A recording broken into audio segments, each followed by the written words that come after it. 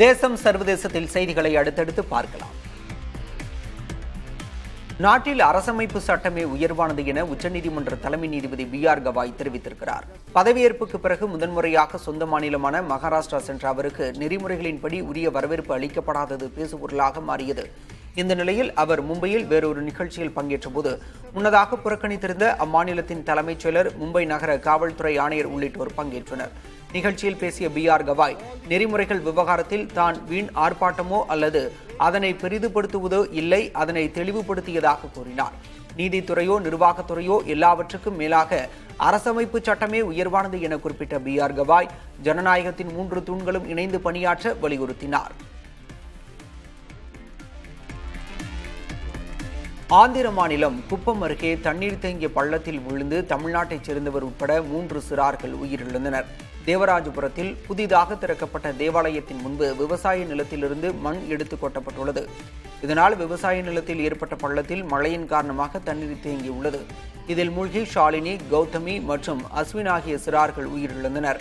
உயிரிழந்த அஸ்வின் என்ற சிறுவன் தமிழ்நாட்டின் மதனஞ்சேரியைச் சேர்ந்த சரவணன் என்பவரின் மகன் என்பது குறிப்பிடத்தக்கது. கோடை விடுமுறையை ஒட்டி உறவினர் வீட்டிற்கு சென்றிருந்த போது இந்த துயரச் சம்பவம் நிகழ்ந்துள்ளது. இதனிடையே ஆந்திர முதல்வர் சந்திரபாபு நாயுடு உயிரிழந்த 3 சிறார்களின் குடும்பத்தாருக்கும் தலா 1 லட்சம் ரூபாய் இழப்பீடு அறிவித்துள்ளார்.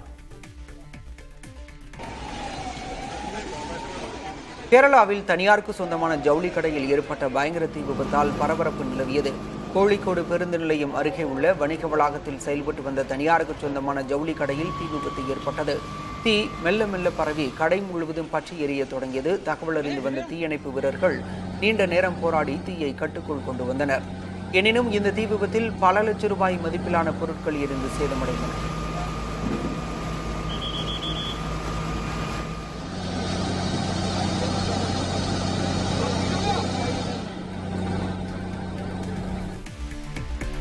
நாடாளுமன்றத்தில் சிறந்த பங்களிப்புக்காக 17 MPக்களுக்கு சன்சத் ரத்னா விருது அறிவிக்கப்பட்டுள்ளது. பிஜு ஜனதா தளத்தின் பருத்ஹரி மக்தாப், தேசியவாத காங்கிரசின் சுப்ரியா சுலே, திமுகவின் CN அண்ணாதுரை, பாஜகவின் ஸ்மிதா வாக், நிஷிகாந்த் துபே உள்ளிட்டோருக்கு விருது வழங்கப்பட உள்ளது. மேலும் 2 நிரந்தர குழுக்களான நிதி மற்றும் விவசாய துறைகளுக்கும் சிறந்த செயல்திறனுக்கான விருது அறிவிக்கப்பட்டுள்ளது.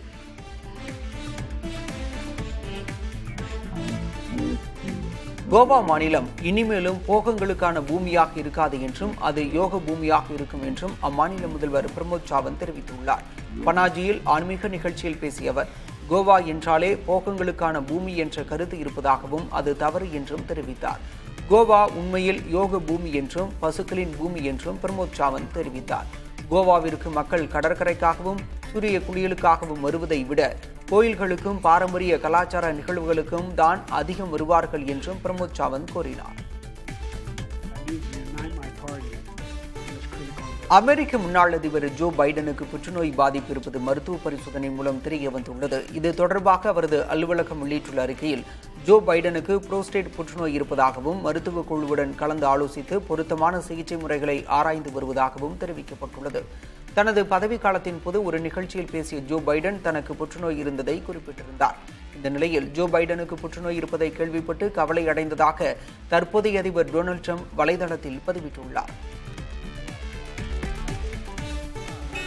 சோமாலியாவில் நடைபெற்ற மனித வெடிகுண்டு தாக்குதலில் 10 பேர் உயிரிழந்தனர். தலைநகர் மொகாதிஷுவில் ராணுவத்திற்கு ஆட்சேர்ப்பு பணியில் பங்கேற்ற இளைஞர்களை குறிவைத்து இந்த தாக்குதல் நடத்தப்பட்டுள்ளது. பயங்கரவாதிகள் நடத்திய வெடிகுண்டு தாக்குதலில் 30க்கும் மேற்பட்டோர் படுகாயமடைந்து ராணுவ மருத்துவமனையில் சிகிச்சை பெற்று வருகின்றனர். இந்த தாக்குதலுக்கு இதுவரை எந்த பயங்கரவாத அமைப்பும் பொறுப்பேற்கவில்லை.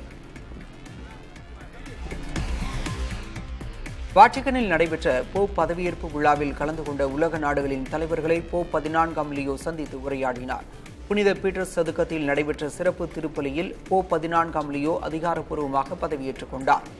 இதில் கலந்து கொண்ட அமெரிக்க துணை அதிபர் JD வான்ஸ், வெளியுறவுத்துறை அமைச்சர் மார்க்கோ ரூபியோ, யுக்ரைன் அதிபர் ஜெலன்ஸ்கி, கனடா பிரதமர் மார்க் கார்னே, ஆஸ்திரேலிய பிரதமர் ஆண்டனி அல்பானிஸ், ஐரோப்பிய யூனியன் கூட்டமைப்பு தலைவர், ஸ்பெயின் மற்றும் மொனாக்கோ அரச குடும்பத்தினரை போப் 14ஆம் லியோ சந்தித்து உரையாடினார். அப்போது அமைதி மற்றும் அன்பை வெளிப்படுத்துமாறு அவர் கேட்டுக்கொண்டார். காசா மீது இஸ்ரேல் படைகள் நடத்திய வான்வழி தாக்குதலில் 100க்கும் மேற்பட்ட பாலஸ்தீனியர்கள் உயிரிழந்ததாக தகவல்கள் தெரிவிக்கின்றன. கான் யூனிஸ் நகரில் மக்கள் தங்கியுள்ள நிவாரண முகாம்கள் மருத்துவமனை பகுதிகள் மீது இஸ்ரேல் குண்டுமழை பொழிந்தது. இதில் 400க்கும் மேற்பட்டோர் படுகாயம் அடைந்ததாகவும் கூறப்படுகிறது. அதே சமயம் இஸ்ரேல் மேற்கொண்ட தாக்குதலில் ஏராளமான வீடுகள், மக்கள் வசிக்கும் குடிசைகளும் சேதமடைந்தன. காசாவில் வடக்கு மற்றும் தெற்கு பகுதிகளில் தாக்குதல் தீவிரமெடுத்துள்ள சூழலில் ஹமாஸ் படைகளை குறிவைத்து கடந்த 20 மாதங்களில் தற்போது விரிவான நடவடிக்கைகளை கையாளுவதாக இஸ்ரேல் ராணுவம் அறிக்கை வெளியிட்டுள்ளது.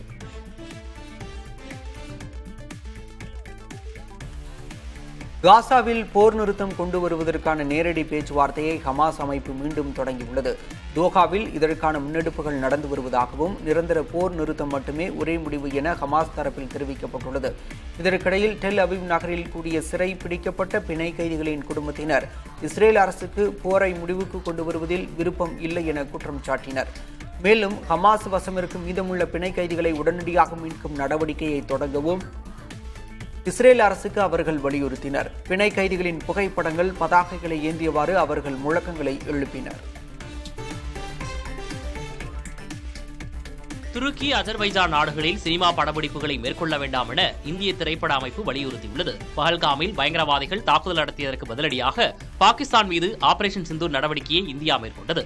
அப்போது பாகிஸ்தானுக்கு துருக்கி, அஜர்பைஜான் நாடுகள் ஆதரவு தெரிவித்தன. இந்நிலையில் இந்திய படப்பிடிப்புகளை இவ்விரு நாடுகளில் மேற்கொள்ள வேண்டாம் என அனைத்து இந்திய திரைப்பட தொழிலாளர் சங்கம் கேட்டுக் கொண்டுள்ளது. மேலும் இரு நாடுகளைச் சேர்ந்தவர்கள் இந்திய சினிமாவில் பணிபுரிந்தால் அவர்களது விசாக்களை ரத்து செய்யவும் அறிவுறுத்தப்பட்டுள்ளது.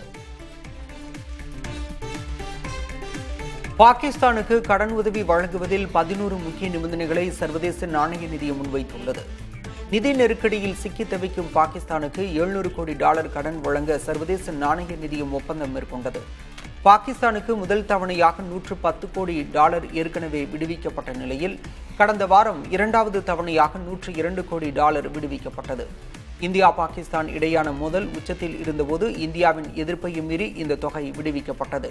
தற்போது அடுத்த தவணையை விடுவிக்க பாகிஸ்தானுக்கு 11 புதிய நிபந்தனைகளை சர்வதேச நாணய நிதியம் விதித்துள்ளது. அதே சமயம் இந்தியாவுடன் மோதல் நீடிக்கும் போக்கால் பாகிஸ்தானுக்கு கடன் வழங்கும் திட்டத்திற்கான நிதி மற்றும் சீர்திருத்த இலக்குகளுக்கு பாதிப்பு ஏற்படலாம் என IMF தெரிவித்துள்ளது. வடமேற்கே பாகிஸ்தானுடனான பதற்றம் தற்போதுதான் தணிந்திருக்கும் நிலையில் வடகிழக்கே சீனாவின் உதவியுடன் வங்கதேசம் செயல்படுத்த உள்ளதாக கூறப்படும் ஒரு திட்டம் இந்தியாவுக்கு கவலை தருவதாக இருக்கிறது. சிக்கன் நெக் வடகிழக்கு மாநிலங்களையும் இந்தியாவின் பிரதான நிலைப்பகுதியையும் இணைக்கும் இடம்தான் இது. வரைபடத்தில் பார்ப்பதற்கு கோழியின் கழுத்து பகுதி போன்றே உள்ளதால் இது சிக்கன் நெக் எனப்படுகிறது. இந்தியாவின் பிரதான நிலப்பகுதியையும் வடகிழக்கு பகுதியையும் வெறும் 22 கிலோமீட்டர் தொலைவுள்ள பகுதிதான் இணைக்கிறது. இது பாதுகாப்பு ரீதியில் இந்தியாவுக்கு பலவீனமான ஒன்றாகவும் அமைந்துள்ளது. இதை பயன்படுத்தி சிக்கன் நெக் பகுதியிலிருந்து 20 கிலோமீட்டர் தொலைவில் விமான தளம் ஒன்றை சீனாவின் உதவியுடன் வங்கதேசம் அமைக்கப் போவதாகவும் தகவல்கள் கசிகின்றன. அண்மையில் கூட சீன அதிகாரிகள் ரங்பூருக்கு வந்து ஆய்வு செய்துள்ளதாகவும் தெரிகிறது. வடகிழக்கில் இந்தியாவுக்கு சீனா வைக்கும் மேலும் ஒரு செக்காகவும் இந்த திட்டம் பார்க்கப்படுகிறது.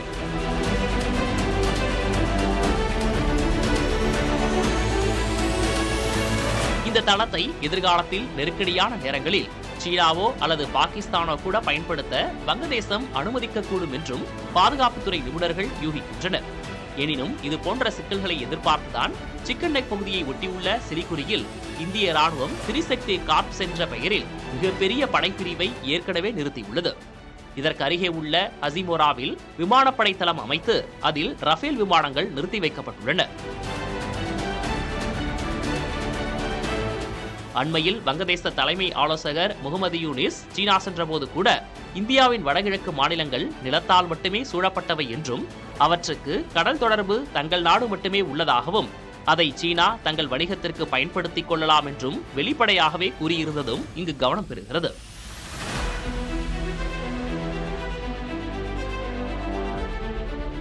அண்டை நாடுகளுடனான உறவுகள் சீர்கெட்டு வரும் நிலையில் அவற்றின் இது போன்ற நகர்வுகளை இந்தியாவும் உன்னிப்பாக கவனித்து வருகிறது.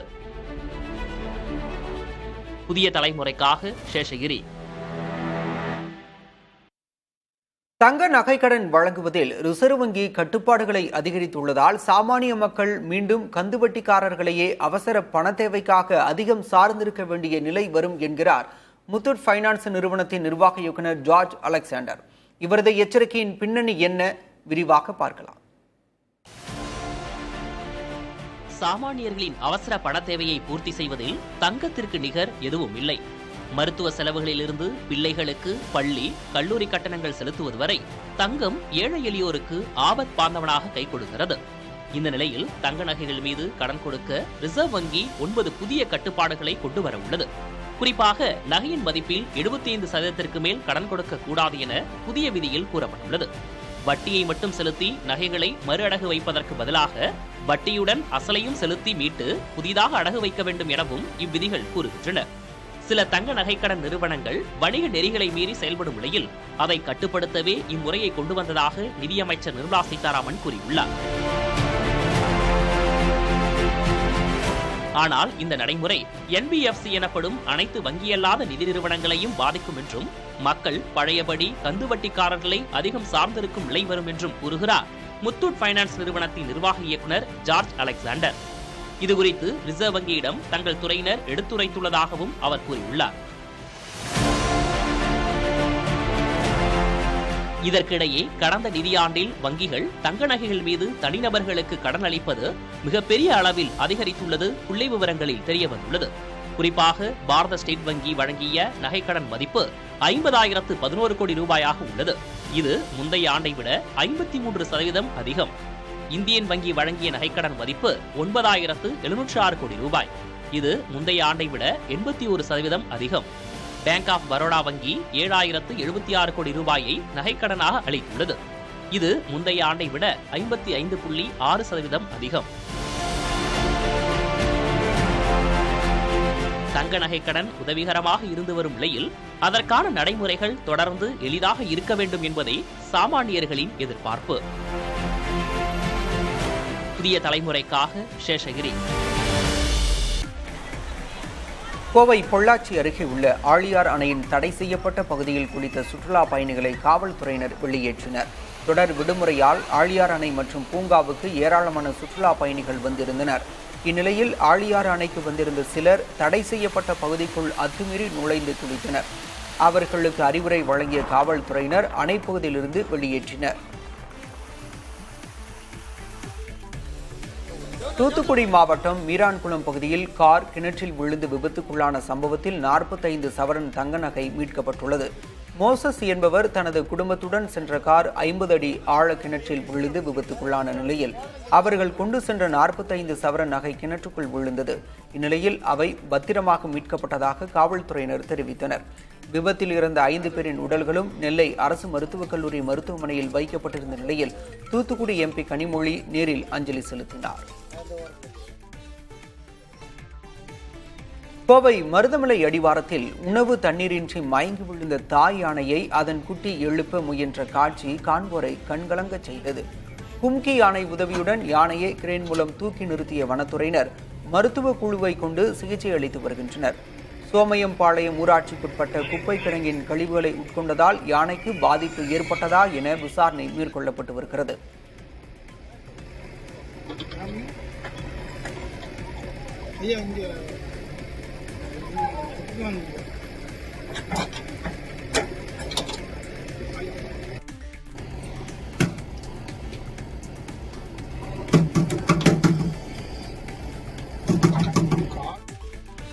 சீர்காழி அருகே கொள்ளிடத்தில் ஊரே வியக்கும் வகையில் தங்கை மகளுக்கு லாரியில் சீர்வரிசை எடுத்துச் சென்று தாய் மாமன் அசத்தியுள்ளார். மயிலாடுதுறை மாவட்டம் புத்தூர் கிராமத்தைச் சேர்ந்த சத்தியமூர்த்தி ஜனனி தம்பதியின் மகளுக்கு மஞ்சள் நீராட்டு விழா மற்றும் காதணி விழா கொள்ளிடத்தில் நடைபெற்றது. இதனையொட்டி தாய் மாமனான ஜெகன் மா, பலா, வாழை, ஆரஞ்சு, ஆப்பிள் உள்ளிட்ட பழங்களையும் மற்ற சீர்வரிசை பொருட்களையும் 101 தட்டுகளில் வைத்து லாரியில் பிரம்மாண்டமாக எடுத்து சென்றார். புத்தூர் கிராமத்திலிருந்து கொள்ளிடத்தில் உள்ள மண்டபம் வரை சுமார் 5 கிலோமீட்டர் தூரத்திற்கு மேளதாளம் முழங்க உறவினர்கள் ஊர்வலமாக எடுத்துச் சென்றனர். இந்த சீர்வரிசை ஊர்வலத்தை பார்த்த பொதுமக்கள் வியப்பில் ஆழ்ந்தனர்.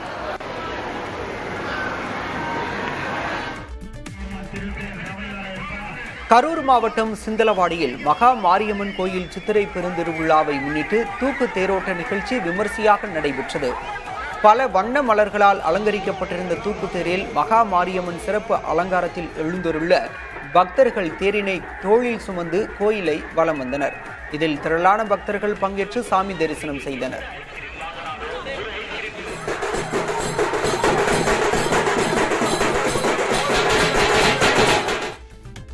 கோவை மாவட்டம் வால்பாறையில் பள்ளத்தில் அரசு பேருந்து கவிழ்ந்ததால் போக்குவரத்து பாதிக்கப்பட்டது. திருப்பூரிலிருந்து வால்பாறைக்கு வந்த அரசு பேருந்து 33வது கொண்டை ஊசி வளைவில் நிலை தடுமாறி பள்ளத்தில் கவிழ்ந்தது. இதில் பேருந்து ஓட்டுநர் உட்பட 40க்கும் மேற்பட்டோர் காயமடைந்தனர்.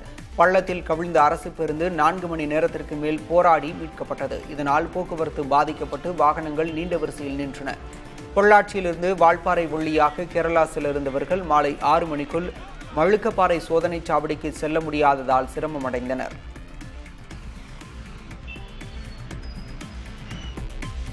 தக் லைஃப் படத்திற்கு பிறகு இயக்குனர் மணிரத்னம் பிரபல தெலுங்கு நடிகர் நவீன் பொலிஷெட்டியை கதாநாயகனாக வைத்து காதல் கதை ஒன்றை இயக்கவிருப்பதாக கூறப்படுகிறது. நவீன காதல் கதையாக உருவாகும் இந்த படத்தை தமிழ் மற்றும் தெலுங்கில் தயாரிக்க மணிரத்னம் முடிவு செய்துள்ளதாகவும் நாயகியாக நடிக்க சாய் பல்லவியிடம் பேச்சுவார்த்தை நடப்பதாகவும் தகவல் வெளியாகியிருக்கிறது. ஆபரேஷன் சிந்தூர் நடவடிக்கை தொடர்பான புதிய காணொளியை இந்திய ராணுவம் வெளியிட்டுள்ளது. அதில் இந்திய படைகளின் வான் பாதுகாப்பு அமைப்புகள் எவ்வாறு செயல்பட்டன என்பது பற்றிய காட்சிகள் உள்ளன. மேலும் பாகிஸ்தானின் விமானப்படை தளங்கள் தாக்கப்படுவதற்கு முன்பும் பின்பும் எப்படி இருக்கின்றன என்பதை தெளிவாக விளக்கும் புகைப்படங்களும் பாகிஸ்தான் ட்ரோன்கள் அளிக்கப்பட்ட காட்சிகளும் இடம்பெற்றுள்ளன. இந்திய ஆயுதப்படைகளுக்கு மரியாதை செலுத்தும் வகையில் கொல்கத்தாவில் பிரம்மாண்ட பேரணி நடைபெற்றது. மத்திய அமைச்சரும் மேற்கு வங்க பாஜக தலைவருமான சுகந்தா மஜும்தார் இந்த பேரணிக்கு தலைமை தாங்கினார். கையில் தேசிய கொடியை ஏந்தியவாறு ஆயிரக்கணக்கானோர் இந்த பேரணியில் பங்கேற்றனர்.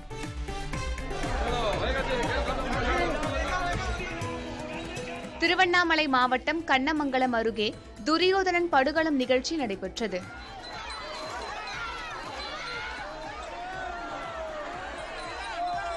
கொளத்தூர் கிராமத்தில் உள்ள பாஞ்சாலி அம்மன் சமேத தர்மராஜ கோவிலில் அக்னி வசந்த விழா நடைபெற்று வருகிறது. அதன் ஒரு பகுதியாக நடைபெற்ற துரியோதனன் படுகளம் நிகழ்ச்சியில் பீமன் துரியோதனனை வதம் செய்ததை தெருக்கூத்து நாடக கலைஞர்கள் தத்ரூபமாக அரங்கேற்றினர்.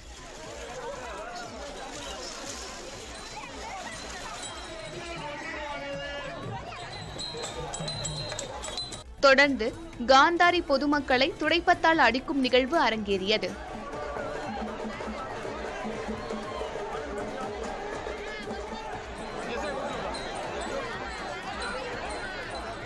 இதில் முன்னாள் அமைச்சர் சேவூர் ராமச்சந்திரன் உள்ளிட்ட திரளானோர் பங்கேற்றனர்.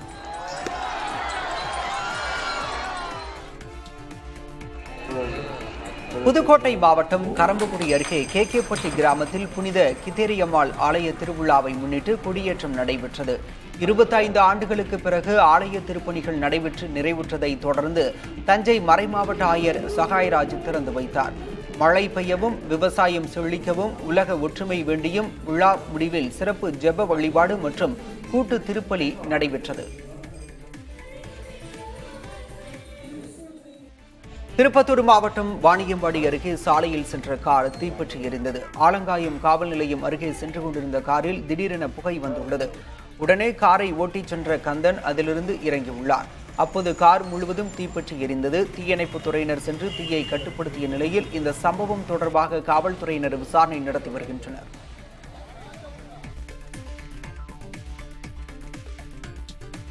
நெல்லை அருகே உடல்நிலை சரியில்லாத விரக்தியில் வீட்டில் மண்ணெண்ணெய் ஊற்றி தீக்குளித்த அத்தையும் காப்பாற்ற முயன்ற மருமகனும் உயிரிழந்த சோகம் நிகழ்ந்துள்ளது. முன்னீர்பள்ளம் அருகே ஆரைக்குளம் தெற்கு தெருவில் வசித்து வந்தவர் ஜான் ஆண்ட்ரூஸ். வெளிநாட்டில் வேலை பார்த்து வரும் இவரது மனைவி சமீபத்தில் ஊருக்கு வந்திருந்த நிலையில் குழந்தைகளை அழைத்துக் கொண்டு தனது தாயார் வீட்டிற்கு சென்றுள்ளார். இதனால் ஜான் ஆண்ட்ரூஸ், அவரது தந்தை மற்றும் அத்தை குருனோப் ஆகியோர் மட்டும் வீட்டில் இருந்துள்ளனர். இந்நிலையில் ஜான் ஆண்ட்ரூஸின் தந்தை வெளியே சென்றிருந்த நிலையில் அத்தை குருனோப் சமையல் அறைக்கு சென்று உடலில் தீ வைத்துள்ளார். அவரது அலறல் சத்தம் கேட்டு ஓடிச் சென்று காப்பாற்ற முயன்ற ஜான் ஆண்ட்ரூஸ் மீதும் தீ பரவியது. இதில் இருவரும் அங்கேயே உடல் கருகி உயிரிழந்தனர். காவல்துறையினரின் முதற்கட்ட விசாரணையில் உடல்நிலை சரியில்லாத விரக்தியில் குருனோப் உடலில் மண்ணெண்ணெய் ஊற்றி தீ வைத்து தற்கொலை செய்து கொண்டதும் காப்பாற்ற முயன்ற ஜான் ஆண்ட்ரூஸ் தீயில் கருகி உயிரிழந்ததும் தெரியவந்தது. இருவரது உயிரிழப்பு குடும்பத்தினரை சோகத்தில் ஆழ்த்தியுள்ளது. தூத்துக்குடி மாவட்டம் கோவில்பட்டியில் நடைபெற்ற தென்மண்டல அளவிலான சிலம்ப போட்டிகளில் எட்டயபுரம் அணி சாம்பியன் பட்டத்தை வென்றது. கோவில்பட்டி டிஎஸ்பி ஜெகநாதன் போட்டிகளை தொடங்கி வைத்தார். மதுரை, நெல்லை, தென்காசி, விருதுநகர், தூத்துக்குடி, கன்னியாகுமரி மாவட்டங்களைச் சேர்ந்த 500க்கும் மேற்பட்டோர் போட்டிகளில் பங்கேற்றனர். இதில் எட்டயபுரம் பாரதி சிலம்பம் ஃபவுண்டேஷன், தூத்துக்குடி கணேஷ்கா சிலம்பாட்ட பயிற்சி கழகம், கோவில்பட்டி அனைத்து விளையாட்டு சங்கம் ஆகியவை முதல் 3 இடங்களை பெற்றன.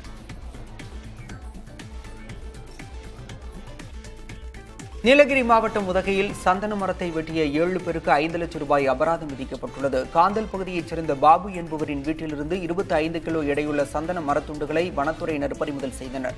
அவரிடம் நடத்தப்பட்ட விசாரணையில் 7 பேர் சேர்ந்து சட்டவிரோதமாக சந்தன மரங்களை வெட்டியது தெரியவந்தது. இதனையடுத்து அவர்கள் மீது வழக்கு பதிவு செய்த வனத்துறையினர் 5 லட்சம் ரூபாய் அபராதம் விதித்தனர். மதுரை மீனாட்சி அம்மன் கோயிலில் திரைப்பட நடிகை ஐஸ்வர்யா லட்சுமி சாமி தரிசனம் செய்தார். கோயிலுக்கு வந்த அவருடன் ரசிகர்களும் பெண்கள் பலரும் புகைப்படங்கள் எடுத்து மகிழ்ந்தனர். இதன் பின்பு செய்தியாளர்களிடம் பேசிய ஐஸ்வர்யா லட்சுமி தனது ஒவ்வொரு படத்தின் படப்பிடிப்பு தொடங்குவதற்கு முன்னரும் மீனாட்சி அம்மனை தரிசிப்பதை வழக்கமாக கொண்டுள்ளதாக தெரிவித்தார்.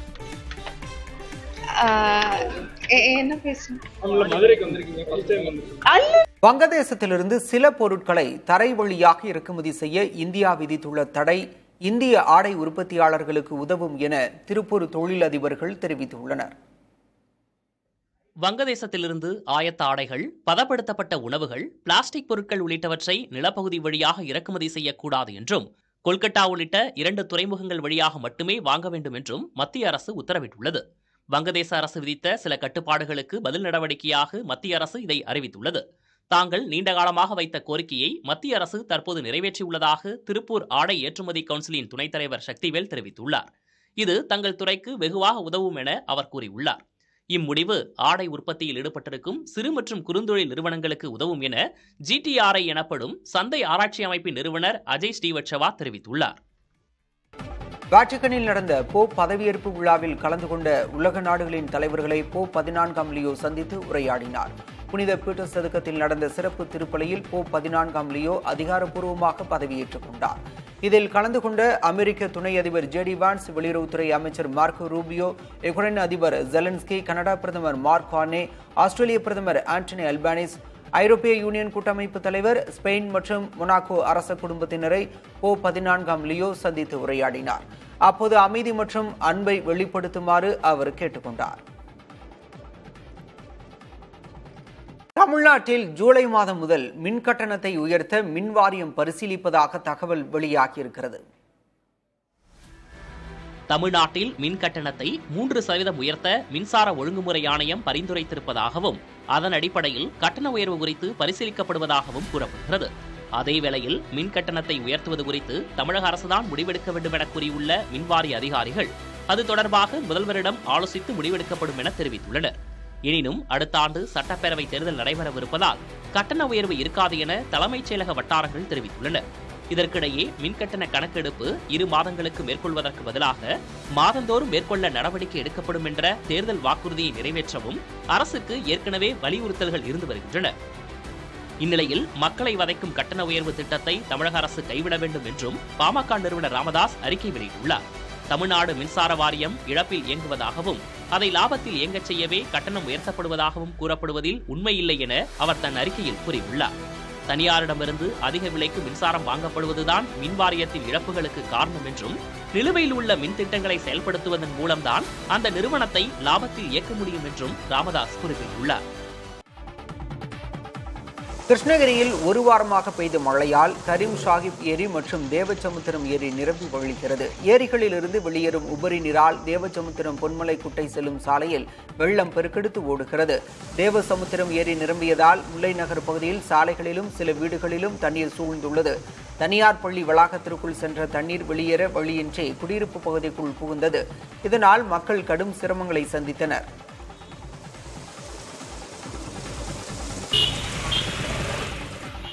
கோவை மாவட்டம் வால்பாறையில் அரசு பேருந்து பள்ளத்தில் கவிழ்ந்ததால் போக்குவரத்து பாதிக்கப்பட்டது. திருப்பூரிலிருந்து வால்பாறைக்கு வந்த அரசு பேருந்து 33வது கொண்டை ஊசி வளைவில் நிலை தடுமாறி பள்ளத்தில் கவிழ்ந்தது. இதில் பேருந்து ஓட்டுநர் உட்பட 40க்கும் மேற்பட்டோர் காயமடைந்தனர்.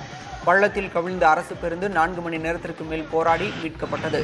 இதனால் அந்த பகுதியில் போக்குவரத்து பாதிக்கப்பட்டு வாகனங்கள் நீண்ட வரிசையில் நின்றன. பொள்ளாச்சியிலிருந்து வால்பாறை வழியாக கேரளா செல்ல இருந்தவர்கள் மாலை 6 மணிக்குள் மழுக்கப்பாறை சோதனை சாவடிக்கு செல்ல முடியாததால் சிரமம் அடைந்தனர்.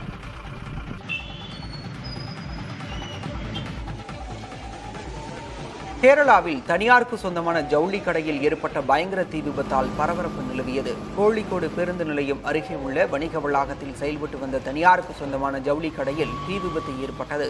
தீ மெல்ல மெல்ல பரவி கடை முழுவதும் பற்றி எரிய தொடங்கியது. தகவல் அறிந்து வந்த தீயணைப்பு வீரர்கள் நீண்ட நேரம் போராடி தீயை கட்டுக்குள் கொண்டு வந்தனர். எனினும் இந்த தீ விபத்தில் பல லட்சம் ரூபாய் மதிப்பிலான பொருட்கள் எரிந்து சேதமடைந்தன.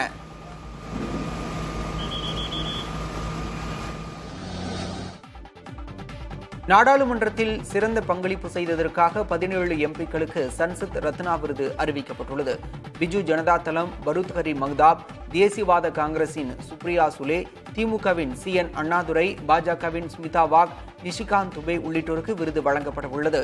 மேலும் இரு நிரந்தர குழுக்களான நிதி மற்றும் விவசாய துறைகளுக்கும் சிறந்த செயல்திறனுக்கான விருது அறிவிக்கப்பட்டிருக்கிறது. முல்லை பெரியாறு அணை பராமரிப்பு விவகாரம் தொடர்பான வழக்கில் தமிழ்நாடு அரசு உச்சநீதிமன்றத்தில் பதில் மனு தாக்கல் செய்துள்ளது. அதில் கேரள அரசு தொடர்ச்சியாக உச்சநீதிமன்ற உத்தரவுகளை செயல்படுத்த தவறி வருவதாகவும் அணையை பலப்படுத்தும் நடவடிக்கைக்கு முட்டுக்கட்டையாக இருந்து வருவதாகவும் குற்றம் சாட்டியுள்ளது. முல்லை பெரியாறு அணை பாதுகாப்பாக உள்ளதாக கண்காணிப்பு குழு கூறியுள்ளதாகவும், எனவே அணை பாதுகாப்பற்ற முறையில் இருக்கிறது என்ற கேரளாவின் வாதம் நிராகரிக்கப்பட வேண்டும் எனவும் வலியுறுத்தியுள்ளது. அணை பராமரிக்கப்பட்டால் அதன் கொள்ளளவை 152 அடியாக உயர்த்த தமிழ்நாடு அரசு வலியுறுத்தும் என்பதால் அணை மேற்பார்வை குழுவின் பரிந்துரைகளை செயல்படுத்த கேரள அரசு அனுமதி மறுத்து வருவதாக தமிழ்நாடு அரசு குற்றம் சாட்டியுள்ளது. ஆதலால் பராமரிப்பு பணிகளை மேற்கொள்ள அனுமதி அளிக்க உத்தரவிட வேண்டும் என வலியுறுத்தியுள்ளது. மழைக்காலம் தொடங்கும் முன்பே பராமரிப்பு பணிகளை மேற்கொள்ள ஏதுவாக 2006 மற்றும் 2014ஆம் ஆண்டு தீர்ப்புகளின் அடிப்படையில் உத்தரவு பிறப்பிக்குமாறு தமிழ்நாடு அரசு கேட்டுக் கொண்டுள்ளது.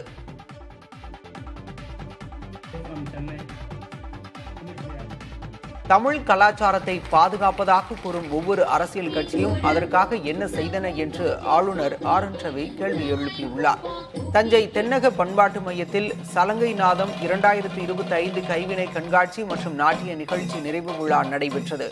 இதில் கலந்து கொண்டு பேசிய ஆளுநர் RN ரவி, அரசியல் தலைமையகமான சென்னை வளமாக இருக்கிறது, ஆனால் கலாச்சார தலைமையகமான தஞ்சாவூர் மிகவும் பாதிக்கப்பட்டுள்ளதாக தெரிவித்தார். தமிழ் கலாச்சாரத்தை பாதுகாப்பதாக கூறும் ஒவ்வொரு அரசியல் கட்சியும் அதற்காக என்ன செய்தன என கேள்வி எழுப்பிய ஆளுநர், கலையை புறக்கணித்தது மட்டுமல்லாமல் கலாச்சாரமே அரசியலாக்கப்பட்டதாகவும் கூறினார். மேலும் கலாச்சாரம் நம்மை இணைத்திருந்தாலும் அதனை அரசியல் பிரிக்கிறது என குறிப்பிட்ட ஆளுநர் RN ரவி, கலாச்சாரத்தை பாதுகாக்க அரசு நடவடிக்கை எடுக்காது என்றும், சில கலை நிகழ்ச்சிகளை நடத்தி கலைஞர்களை அழைத்து பயணப்படி உள்ளிட்டவற்றை மட்டுமே அரசு வழங்கும் எனவும் சாடினார்.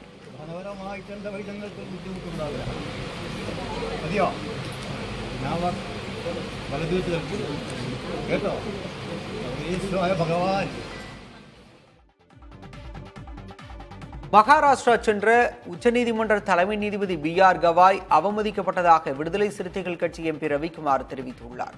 உச்சநீதிமன்ற தலைமை நீதிபதியாக பதவியேற்ற பிறகு BR கவாய் தனது சொந்த மாநிலமான மகாராஷ்டிராவிற்கு சென்றுள்ளார். மும்பையில் நடந்த நிகழ்ச்சி ஒன்றில் உரையாற்றிய அவர், தன்னை வரவேற்க மாநில தலைமைச் செயலர், காவல்துறை ஆணையர் ஆகியோர் வரவில்லை என கூறியதுடன், அரசமைப்பு அங்கங்கள் ஒவ்வொன்றும் மற்ற அங்கங்களுக்கு பரஸ்பர மரியாதை செலுத்த வேண்டும் என குறிப்பிட்டார். இதனை சுட்டிக்காட்டி தனது முகநூல் பக்கத்தில் பதிவிட்டுள்ள VCK MP ரவிக்குமார், இது அவர்களின் தனிப்பட்ட முடிவா அல்லது மாநில அரசு இதனை ஆதரிக்கிறதா என கேள்வி எழுப்பியுள்ளார். உச்சநீதிமன்ற தலைமை நீதிபதியாக பதவியேற்ற BR கவாய் பட்டியலினத்தைச் சேர்ந்தவர் என்பது குறிப்பிடத்தக்கது.